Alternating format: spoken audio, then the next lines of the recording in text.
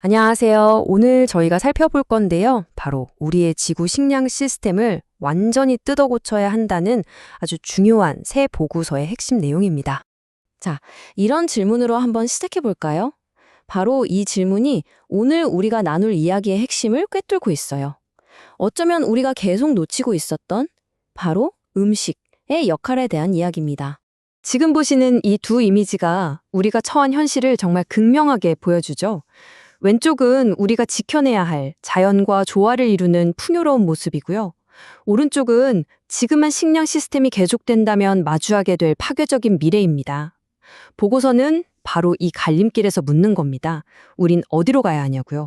자, 그럼 본격적으로 보고서 내용을 한번 들여다볼까요? 첫 번째 파트인데요. 먼저 지금 우리 지구가 얼마나 위태로운 상황인지부터 짚고 넘어갑니다. 지난 12,000년 동안 인류는 홀로세라는 아주 안정적인 기후 덕분에 번성할 수 있었죠. 그런데 보고서가 정말 하고 싶은 말은 이겁니다. 인류 문명을 꽃피웠던 그 안정적인 시대가 이제 끝나가고 있다는 거죠. 한마디로 예측 불가능한 미래로 우리가 들어서고 있다는 거예요. 이 타임라인을 좀 보세요. 정말 시간이 얼마 남지 않았다는 게 확 와닿지 않으세요? 지금 우리가 1.2도 온난화 상태인데 보고서에 따르면 불과 몇 년 뒤인 2026년이면 1.5도 목표를 지킬 확률이 3분의 1밖에 안 남는다는 겁니다. 정말 발등에 불이 떨어진 거죠. 포츠담 기후영향연구소의 요한 록스트렘 박사의 이 말이 정말 뼈아프게 다가옵니다. 1.5도는 정치적 목표가 아니라 물리적 한계다. 이건 우리가 협상하거나 흥정할 수 있는 문제가 아니라는 거예요. 넘으면 끝인 그런 절대적인 선이라는 거죠. 자, 여기서부터가 진짜 중요한데요. 보고서는 이 위기의 원인으로 아주 의외의 그러면서도 우리가 늘 외면해왔던 방안의 코끼리 같은 존재를 지목합니다. 바로 우리의 식량 시스템입니다. 이 부분이 아마 보고서에서 가장 충격적인 내용일 텐데요. 잘 들어보세요. 만약 우리가 오늘 당장 모든 화석연료 사용을 멈춘다고 해도요. 지금의 이 식량 시스템이 내뿜는 온실가스만으로도 1.5도 목표 달성은 이미 불가능하다는 겁니다. 와, 이건 정말 우리의 생각을 완전히 바꿔야 한다는 얘기죠. 이제 관심은 에너지가 아니라 농업으로 향해야 합니다. 그럼 뭐가 문제냐? 바로 이 엄청난 비효율성입니다. 한번 보세요. 동물 농업이 전 세계 농지의 무려 83%를 사용하고 있거든요. 그런데 이렇게 어마어마한 땅을 쓰고 만들어내는 칼로리는 고작 18%에 불과해요. 이 숫자만 봐도 뭔가 크게 잘못됐다는 걸 알 수 있죠. 보고서에 인용된 이 연구 결과가 바로 그 점을 뒷받침합니다. 비건 식단이 단순히 온실가스만 줄이는 게 아니라는 거예요.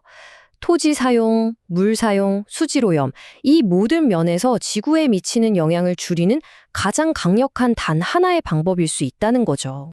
그리고 또 하나, 메탄 문제를 빼놓을 수가 없어요. 이 메탄이라는 게 이산화탄소보다 훨씬 강력한 온실가스거든요. 그런데 이 인위적인 메탄 배출원의 절반 이상, 54%가 바로 식량 시스템에서 나와요. 그 중에서도 압도적인 1위가 바로 식용동물, 36%를 차지합니다. 그러니까 이 메탄을 줄이는 게 지구온난화 속도를 단기간에 늦출 수 있는 가장 효과적인 방법이라는 겁니다.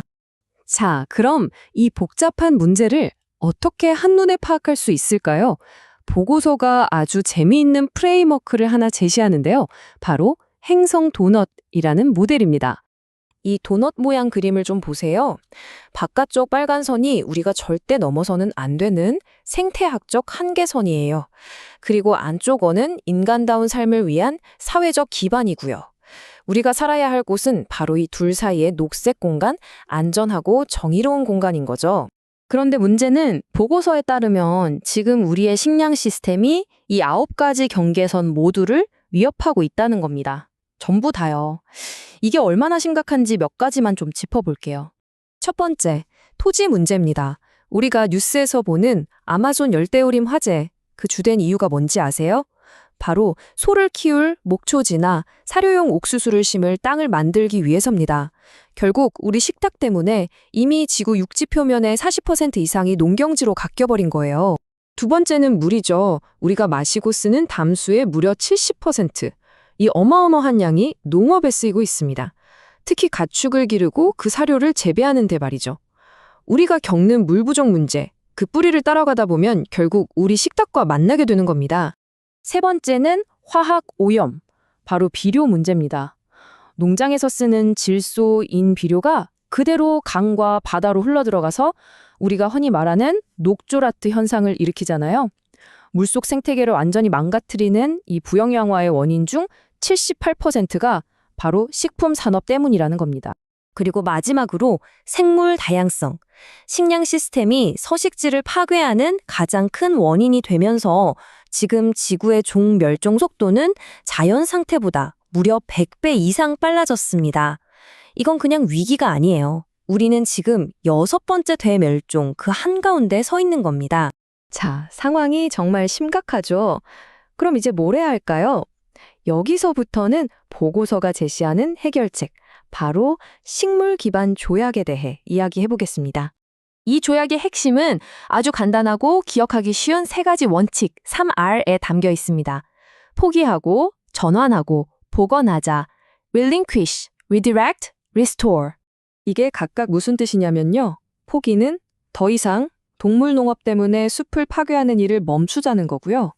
전환은 정부 보조금이나 교육 같은 사회 시스템의 방향을 고기 중심에서 식물 중심으로 돌리자는 겁니다. 그리고 마지막, 복원. 이미 파괴된 땅을 다시 야생으로 되돌리고 농업 자체를 탄소를 빨아들이는 존재로 만들자는 거죠.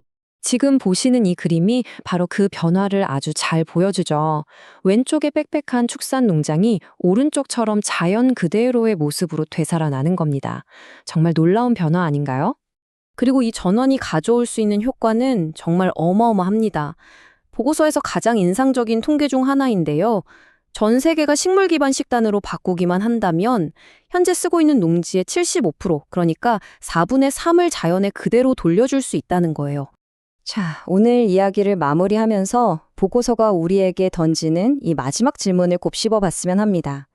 우리는 과연 이 지구의 한계를 존중하면서 모두를 먹여 살릴 수 있는 그런 식량 시스템을 만들어낼 수 있을까요?